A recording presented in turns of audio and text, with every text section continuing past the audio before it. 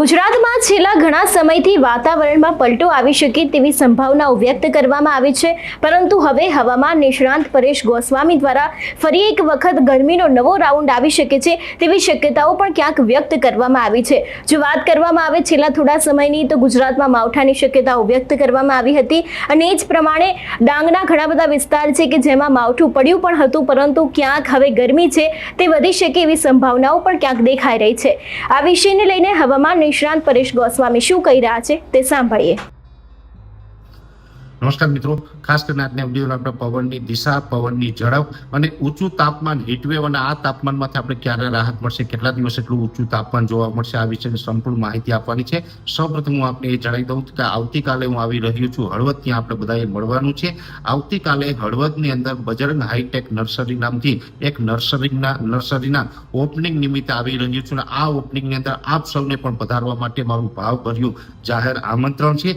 આવતીકાલે 5 એપ્રિલ 2025 અને શનિવારના રોજ સમય છે સવારે 8 વાગ્યાનો અને આ ઓપનિંગનું સ્થળ છે Bajrang hi tech nursery, Halvad Sara road, બુટમાના પાટિયા સામે, ઘનશ્યામ સ્કૂલની બાજુમાં અને તાલુકો હળવદ। એટલે આ હળવદની અંદર ઓપનિંગ નિમિત્તે આવતીકાલે 5 એપ્રિલના રોજ સવારે 8 વાગ્યે હું આવી રહ્યો છું, તો ત્યાં બધા પધારજો, ત્યાં આપણે મળશું, ત્યાં આપણે ખેતી અને હવામાન વિશેની વિશેષ ચર્ચાઓ પણ કરશું। હવે ખાસ કરીને પવન અને તાપમાન વિશેની માહિતી આપવાની છે। સૌપ્રથમ આપણે માહિતી આપી દઉં પવનની। જેવી રીતે થોડા દિવસ પહેલા આપણે પવન વિશે વાત કરી હતી કે માર્ચ મહિનામાં આપણે ઘણી વખત ઉત્તરના પણ પવનો જોવા મળ્યા, જોકે હવે આપણે આ ઉત્તરના પવનોમાંથી મુક્તિ પણ મળી છે। મોટા ભાગના વિસ્તારોની અંદર આપણે અત્યારે ઉત્તર પશ્ચિમના અને પશ્ચિમના પવનો, ઉત્તર પશ્ચિમના જે પવનો અમુક વિસ્તારમાં જોવા મળી રહ્યા છે, એટલે કે આરબ તરફથી પવનો આવી રહ્યા છે, તે થોડાક વધારે સૂકા અને ગરમ પવન હશે। એ સાથે જે પશ્ચિમના પવનો જે ફૂંકાઈ રહ્યા છે એ પવનો છે એ ભેજવાળા પવનો હશે। મોટા ભાગે જોવા જઈએ તો સૌરાષ્ટ્ર અને દક્ષિણ ગુજરાતના વિસ્તારોની અંદર પશ્ચિમના પવનો ભેજવાળા ચાલી રહ્યા છે, તો ઉત્તર ગુજરાતના કોઈ વિસ્તારો અને એ સાથે આપણે કચ્છના વિસ્તારો ઉપર આરબના પવનો, સૂકા પવનો ચાલી રહ્યા છે। જોકે અત્યારે જે પવનની જે દિશા હોય છે એ દિશાના પવનો અત્યારે આપણે જોવા મળી રહ્યા છે। પવનની સ્પીડ છે એ પણ નોર્મલ કરતા થોડી વધારે છે, પણ બહુ વધારે નથી। અત્યારે એવરેજ પવનની સ્પીડ છે 14 થી લઈને 18 કિલોમીટર પ્રતિ કલાકની ઝડપે પવન ચાલી રહ્યા છે। આ જ મુજબના પવન છે 9 એપ્રિલ સુધી કન્ટિન્યુ રહેશે। 9 એપ્રિલથી પવનની સ્પીડમાં વધારો થાય તેવી શક્યતાઓ છે। જો 9 એપ્રિલથી પવનની ઝડપમાં વધારો થશે તો 20 થી લઈને 25 કિલોમીટર પ્રતિ કલાકની ઝડપ થશે। એટલે ખાસ કરીને પવનની કન્ડિશન આ રહેવાની છે। આ પવનોને કારણે અત્યારે ઝાકળ કે ધુમ્મસ જેવું વાતાવરણ થાય તેવી શક્યતાઓ ખૂબ જૂથ છે, બહુ શક્યતાઓ નથી। એટલે મોટાભાગના વિસ્તારોની અંદર વાતાવરણ છે એ ખુલ્લું રહેશે। વહેલી સવારે પણ આપણે ચોખ્ખું વાતાવરણ જોવા મળે તેવી શક્યતાઓ છે। એ સાથે જોવા જઈએ તો છેલ્લા એક અઠવાડિયાથી આપણે ઊંચું તાપમાન છે ને હીટવેવનો રાઉન્ડ ચાલી રહ્યો છે।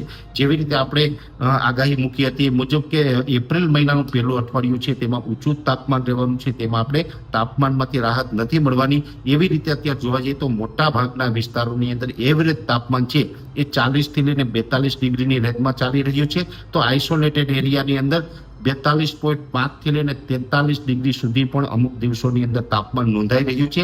એટલે આ એક પ્રકારનો હીટવેવનો રાઉન્ડ છે, ઊંચું તાપમાન અત્યારે નોંધાઈ રહ્યું છે અને આ તાપમાન હજુ પણ આવનારા દિવસમાં કન્ટિન્યુ રહેશે। એટલે 9 એપ્રિલ સુધી આ મુજબનું તાપમાન છે એ જોવા મળે, હજુ પણ 9 એપ્રિલ સુધી કન્ટિન્યુ ઊંચું તાપમાન જોવા મળે તેવી શક્યતાઓ દેખાઈ રહી છે। આજે 4 એપ્રિલ છે, એમ 9 એપ્રિલ સુધી આ તાપમાન છે એ ઊંચું જ રહેવાનું છે, એમાંથી રાહત મળે તેવી કોઈ શક્યતાઓ હાલ દેખાતી નથી।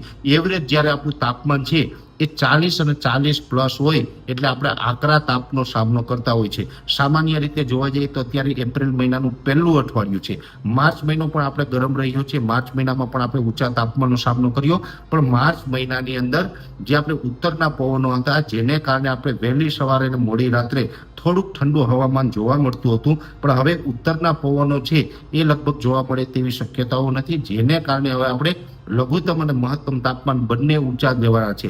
રાત્રે પણ આપણે થોડુંક ગરમ માહોલ જોવા મળશે અને દિવસે આપણે હીટવેવના આકરો તાપ જોવા મળે તેવી શક્યતાઓ છે। અત્યારે જે હીટવેવ ચાલી રહી છે આ હીટવેવ છે હજી 9 તારીખ સુધી કન્ટિન્યુ રહેશે। જોકે 9 તારીખથી જે તાપમાનમાં ઘટાડો થશે એ ઘટાડાનું મુખ્ય કારણ હશે પવનની ઝડપનું વધવું અને હવામાનની એક અસ્થિરતા ઊભી થવી।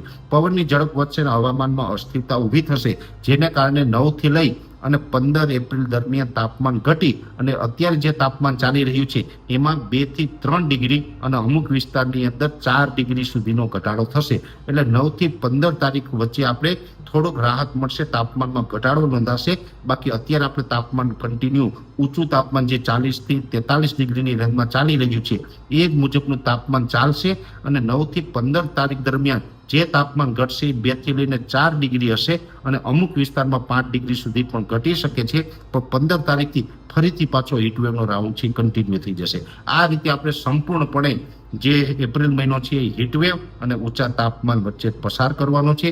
જો કે સારી વાત એ છે કે અત્યારે જે તાપમાન ઊંચું જોવા મળી રહ્યું છે આ તાપમાન આ સિઝનની અંદર એટલે કે એપ્રિલ મહિનામાં હોવું જોઈએ. આમ જોવા જઈએ તો અંગ્રેજી મહિના પ્રમાણે આ એપ્રિલ ચાલી રહ્યો છે અને ગુજરાતી મહિના પ્રમાણે ચૈત્ર માસ ચાલી રહ્યો છે. આ બંને માસ છે એ હંમેશા ઊંચા તાપમાન અને ગરમીથી ઓળખાય છે અને અત્યારે જે ચાલી રહ્યું છે એ જ મુજબનું તાપમાન ચાલવું જોઈએ. જો અત્યારે જે ગરમી પડી રહી છે આવી ગરમીનું ઊંચું તાપમાન હશે તો જ આવનારું વર્ષ સારું થાય એવી આપણે અપેક્ષા રાખી શકીએ. અત્યારે જે તાપમાન છે એ સારા સંકેતો છે અને આ જ મુજબનું તાપમાન આવનારા દિવસમાં પણ જોવા મળે તેવી શક્યતાઓ છે. તમારા વિસ્તારમાં કેવી ગરમી છે તેની સાથે શું ખરેખર તમારા વિસ્તારમાં કોઈ એલર્ટ આપવામાં આવ્યું છે કે કેમ, અમને કમેન્ટ કરીને ચોક્કસથી જણાવજો. તેની સાથે જ અમારી ચેનલ નિર્ભય ન્યૂઝને લાઇક, શેર અને સબસ્ક્રાઇબ કરવાનું ભૂલશો નહીં. નમસ્કાર.